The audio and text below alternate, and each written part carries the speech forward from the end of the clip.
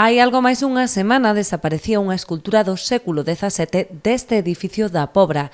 Trátase dunha peza catalogada e protexida por patrimonio, ao igual que toda a edificación situada na céntrica Rúa de San Lázaro. Foi o director do Museo Valle Inclán, Antonio González Millán, quen dou a voz de alarma ao ter constancia da desaparición desta escultura barroca de San Juan Bautista, duns 60 centímetros de alto. Tras comunicarllo á Asociación para a Defensa do Patrimonio Cultural Galego, esta denunciou os feitos e puxos en coñecemento da Dirección Xeral de Patrimonio e do Concello da Pobra.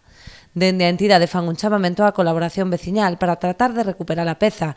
Inciden en prestar especial atención ás plataformas de compra e venda digitais, onde os ladróns poderían tentar comercializar a escultura. Non é a primeira vez que este inmoble sufre un suceso similar. Hai agora 10 anos desaparecía tamén da fachada do edificio unha representación da Virxe da Concepción.